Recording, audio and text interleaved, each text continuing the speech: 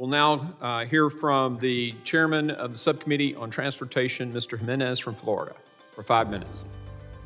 Thank you, Mr. Chairman. My first question is to Secretary Mayorkas. Secretary Mayorkas, when President Biden first came into office, one of the first things he did is he changed all the Trump-era policies related to the southern border. Did you agree with those changes?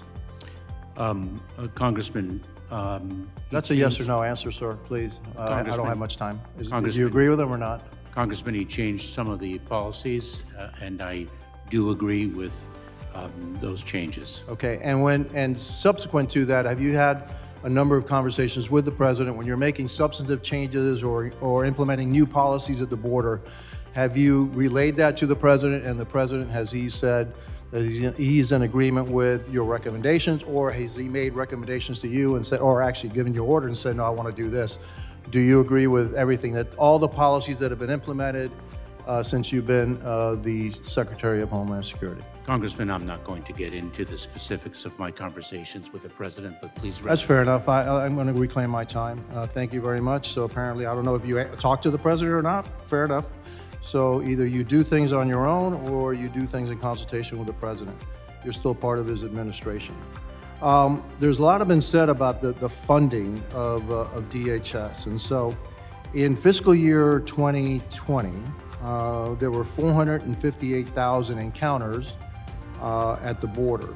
In fiscal year 2021, there was 1,734,686 encounters at the border. That's a 400% increase. There was no really significant change in the funding. So this whole narrative that somehow funding is the issue, funding's not the issue. The issue is policy.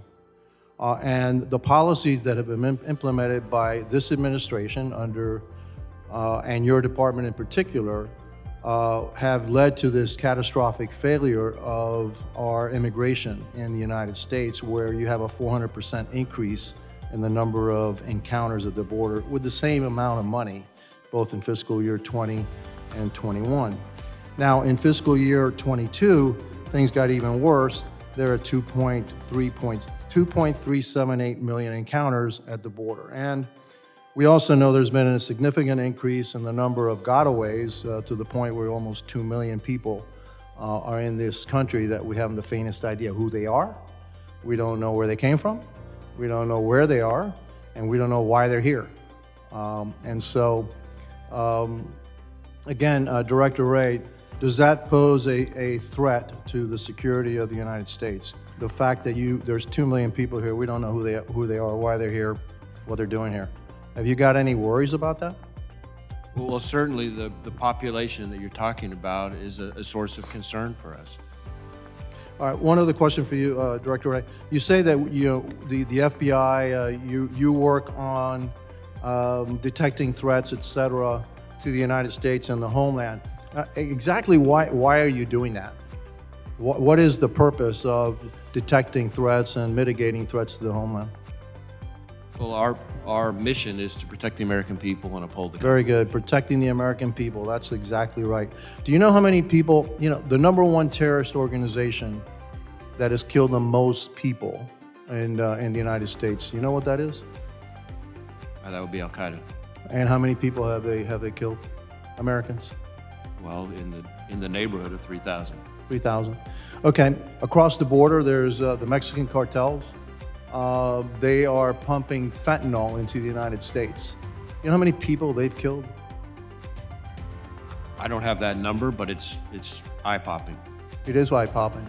And so, again, the failure at the border, the failure of us taking significant action, not only to stop the flow of illegal immigrants, and a lot of them, we don't even know who they are, that it poses a threat to the United States. The actual threat of the cartels that are not 7,000 miles away, they're 20 miles away, they're 5 miles away on the other side of the border, that are killing tens of thousands of Americans every year, and we do nothing about it. Nothing. They're right there. We know who they are, we know where they're operating, and we do nothing about it.